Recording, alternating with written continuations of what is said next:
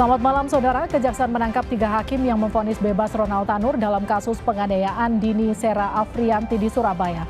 Apa saja barang bukti dugaan suap dan gratifikasi yang didapat Kejaksaan dan bagaimana pengungkapan kasus ini? Kita akan bahas di Sapa Indonesia Malam. Saya Liviana Charlisa dan rekan saya Tifal Solesa akan hadir untuk Anda.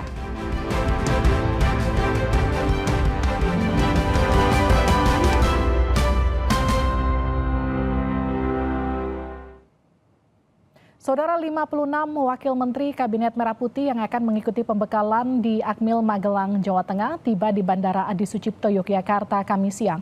Sejumlah wakil menteri mengaku siap mengikuti kegiatan yang dikemas dalam bentuk semi militer.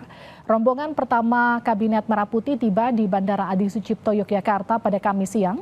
Mereka yang tiba adalah para wakil menteri yang berjumlah 56 orang. Wamen Pariwisata Niluh Puspa bilang kegiatan ini ditujukan agar para menteri dan wakil menteri menjadi solid. Persiapan fisiknya gimana Mbak Nilu? Istirahat yang cukup, siapkan mental.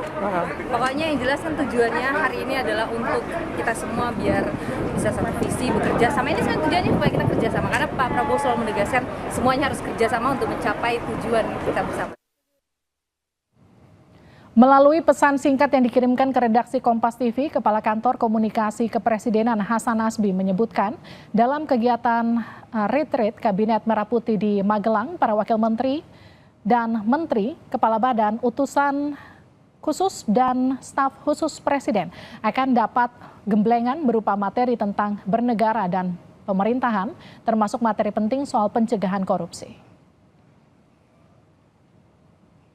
Hasan Nasbi menambahkan selain dapat berbagai materi tentang pemerintahan, para peserta retreat juga memiliki waktu untuk saling mengenal dan mengakrabkan diri.